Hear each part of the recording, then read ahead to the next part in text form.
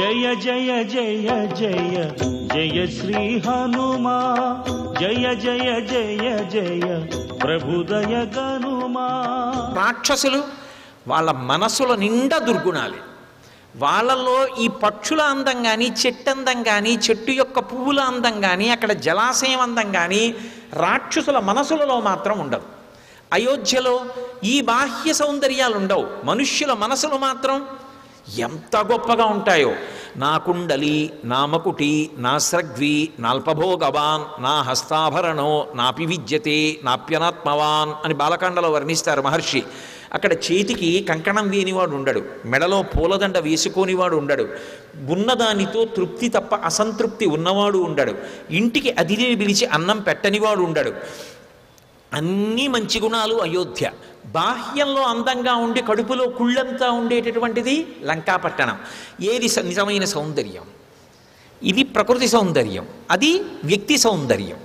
అది ఒక రాజు సాధించిన విజయం, రాజ్యాన్ని అలా ఉంచడం. ఇది ఒక రాజు ఇటువంటి వాళ్ళని చేరదీసుకుని బ్రతుకుతున్న విధానం. అక్కడ రాక్షసులు ఎలా ఉంటే ఇక వాళ్ళ నాయకుడు ఎలా ఉంటాడు, ఇక వేరే చెప్పాలా? ఇది చెప్పకుండా చెప్పే సౌందర్యం. ఎంత అందంగా మాట్లాడతారో మహర్షి. అందుకే ఆయన అన్నారు, ఈ లంకాపట్టణం ఇంత గొప్పగా ఉందే, ఇటువంటి లంకలోకి ఇంత కట్టుదిట్టంగా ఉంచాడు. సీతాపహరణార్థేన రావణేన సురక్షితాం సమంతా ద్విచరద్భిశ్చ రాక్షసైరుగ్రధన్విభిః. అసలే లంకలో ఉన్నవాడు రావణుడు. ఆయన నిత్యం చేసేటటువంటి పని, ఆయనకి నచ్చిన విషయం ఏది ఉన్నా సరే ఇక మళ్ళీ అవతలవాడి బాధతో ఆయనకి సంబంధం లేదు, దాన్ని తనదిగా అనుభవిస్తాడు.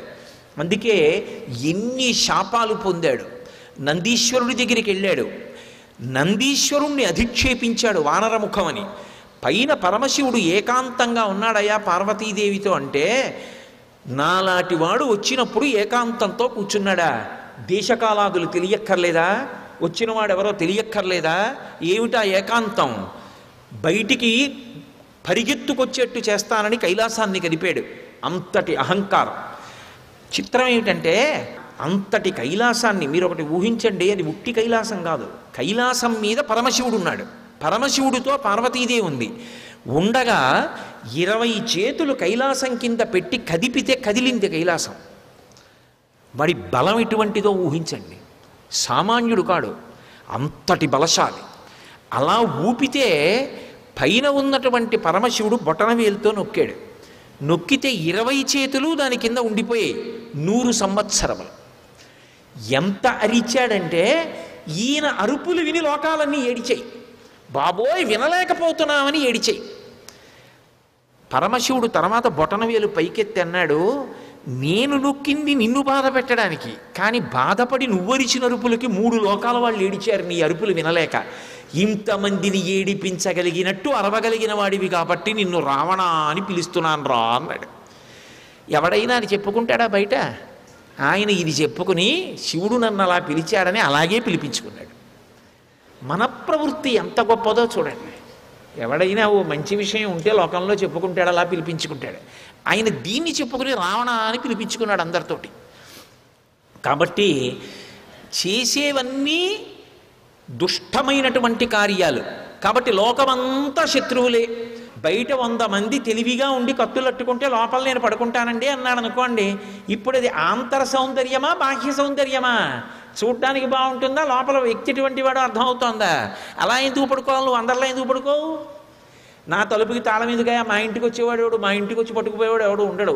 మహానుభావుడు ఆయన బయట వదిలేశారండి అని, ఒకవేళ నా చెప్పులు ఎక్కడన్నా వదిలేసినా పట్టుకొచ్చి ఇచ్చేస్తారా అన్నట్టుగా బ్రతికిన వాడి బ్రతుకు. బయట 100 మంది తెలివిగా ఉంటే నేను పడుకుంటానంటే అన్నవాడి బతుక ఎలా అవుతుంది?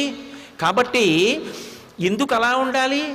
అసలే శత్రువులు, దానికి తోడు సీతాపహరణం చేశాడు. సీతాపహరణం చేస్తే ఎవరొస్తారు? రాముడు వస్తాడు. రాముడు ఎప్పుడు వస్తాడో? పూర్వం 1000 మంది ఉండేవారు, ఇప్పుడు కొన్ని లక్షల మందిని మోహరించాడు. సమంతా ద్విచరద్భిశ్చ రాక్షసైరుగ్రధన్విభిః. ఎలా ఉంచాడంటే వాళ్ళని, ఒరేయ్ మీరేదో ఇలా ధనస్సు తగల్చుకుని తిరక్కండి, ధనస్సు ఇలా పట్టుకోండి, ఇలా చెయ్యేసి ఉంచండి. ఎందుకో తెలుసా? శూర్పణక చెప్పింది. ఆయన కానీ వచ్చాడా ఇక సమయం ఉండదు. శూర్పణక రావణాసురుడితో మాట్లాడుతున్నప్పుడు చెప్పిన మాట అదే. అసలు శూర్పణఖ రాముడిని అందుకు మోహించింది. యుద్ధం చేస్తున్నప్పుడు రాముడు ఇలా చెయ్యి పెట్టడం కానీ, ఇలా బాణం తీయడం కానీ, వింటినారికి సంధించడం కానీ, ఆకర్ణాంతం లాగడం కానీ, వదలడం కానీ కనపడదు. ఏదో నిలబడ్డాయనుకోండి, పంకాకున్న రెక్కలు లెక్క పెట్టచ్చు.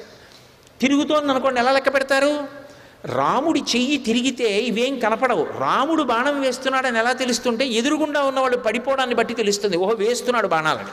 సర్వం శ్రీ ఉమామహేశ్వర పరబ్రహ్మార్పణమస్తు. స్వస్తి.